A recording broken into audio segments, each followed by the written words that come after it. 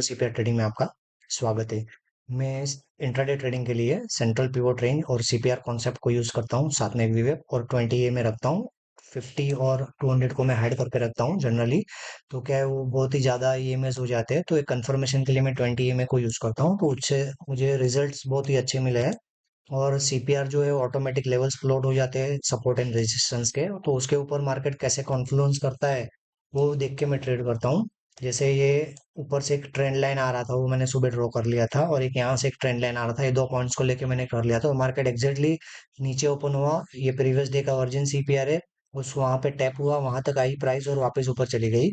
तो मुझे लगा कि अभी आज बुलिश रहेगा मार्केट, लेकिन अभी भी 20 के नीचे था। प्लस ये जो फर्स्ट कैंडल है उसके ऊपर कोई भी अच्छा सा मुझे कैंडल क्लोज नहीं मिला, और वापस रिवर्सल एक कैंडल देखने को मिला। तो फिर मैं ये दो जो वीकली सीपीआर और ये वर्जिन सीपीआर, ये दोनों के बीच में मैं जनरली ट्रेड अवॉइड करने का आज सोच रहा था कि एटलीस्ट मार्केट इसको ब्रेक करके कुछ मुझे रिवर्सल देवे तो मैं यहाँ से ट्रेड करूँ, या एटलीस्ट इसके ऊपर जाए, प्लस ये ट्रेंड लाइन के ऊपर, तो अप टू पिवट पॉइंट्स या उसके ऊपर मार्केट जाएगा, तो ये ट्रेंड लाइन तक मेरा प्लानिंग था।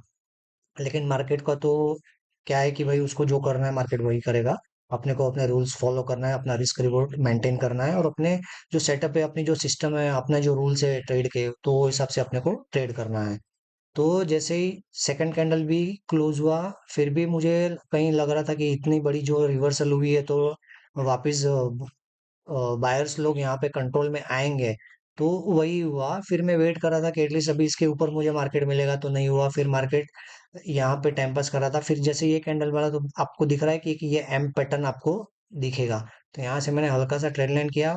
ये कैंडल जैसे ही प्रीवियस डे क्लोज के नीचे क्लोज हुआ, तो मैं यहाँ पे कंफर्मेशन मुझे मिल गया कि यहाँ से मार्केट नीचे जा सकता है, क्योंकि ये एक बार और आगे प्रीवियस डे क्लोज के नीचे कैंडल क्लोज हुआ था, लेकिन वापस मार्केट ऊपर चला गया था। लेकिन यहाँ पे जब क्लोज हुआ और सेकंड कैंडल भी ये उसके नीचे बनने लगा और क्लोज होने लगा, तभी मैंने यहाँ पे मेरी एंट्री कर ली। और ये कैंडल के आते आते तक मैंने 40 पॉइंट्स बुक कर लिए थे मेरे पुट साइड में।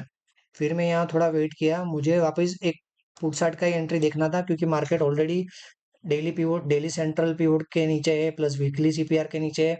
तो मैं नीचे के लिए ही ट्रेड देख रहा था, प्लस सीपीआर भी 50 के नीचे है, जो ग्रीन कलर का लाइन है वो, सॉरी आरएसआई है, आरएसआई भी 50 के नीचे ही है। तो यहाँ पे जैसे ही मार्केट को रिजेक्शन मिला ये कैंडल में, तो मैंने यहाँ पे वापस एक ट्रेड लिया, और एक दो ये तीन कैंडल जैसे ही खत्म हुई, मैंने मेरा ट्रेड बुक कर लिया। इसमें भी मुझे 40 to 42 पॉइंट्स के आसपास मिला, तो मैं लेके फटाक से निकल गया। फिर मैं सोच रहा था कि और मार्केट नीचे जाएगा, लेकिन मैंने तो यहाँ पे ट्रेड बुक कर लिया, तो मैं वेट कर रहा था।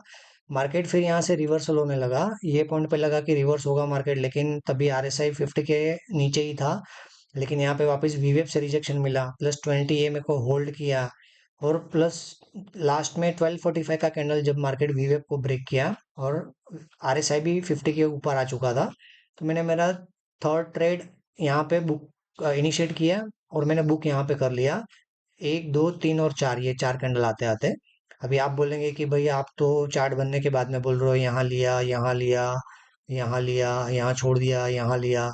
तो मैं मेरा पीएनएल आपको नहीं दिखा सकता हूँ, क्योंकि सेबी के सब रूल्स है, वो सब से हम सबको फॉलो करना है। आप ये सेटअप समझिए, उसको बैक टेस्ट कीजिए और सीखिए।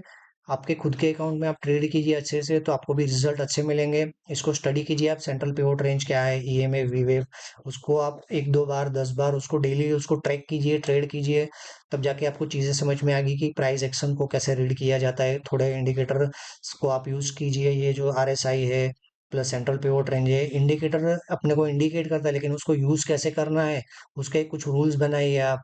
तो उसमें से आपको ये सब चीजें इजीली सीखने को मिलेगी। तो मैं भी पहले थोड़ा लॉस किया करता था, लेकिन जब से ये मैंने मेरा रूल बेस्ड ट्रेडिंग मैंने बना लिया है, तभी से मुझे रिजल्ट्स उसके अच्छे दिख रहे हैं। तो मैं सब आप लोगों को भी रिक्वेस्ट करूंगा कि आप सेंट्रल पिवट रेंज को यूज कीजिए, और इसी के ऊपर आप ट्रेड कीजिए। तो ये, और अपना एक सेटअप बनाइए इसके ऊपर, और वही सेट्स ऑफ रूल के हिसाब से आप ट्रेड कीजिए, तो आपके लिए बेटर है। Thank you.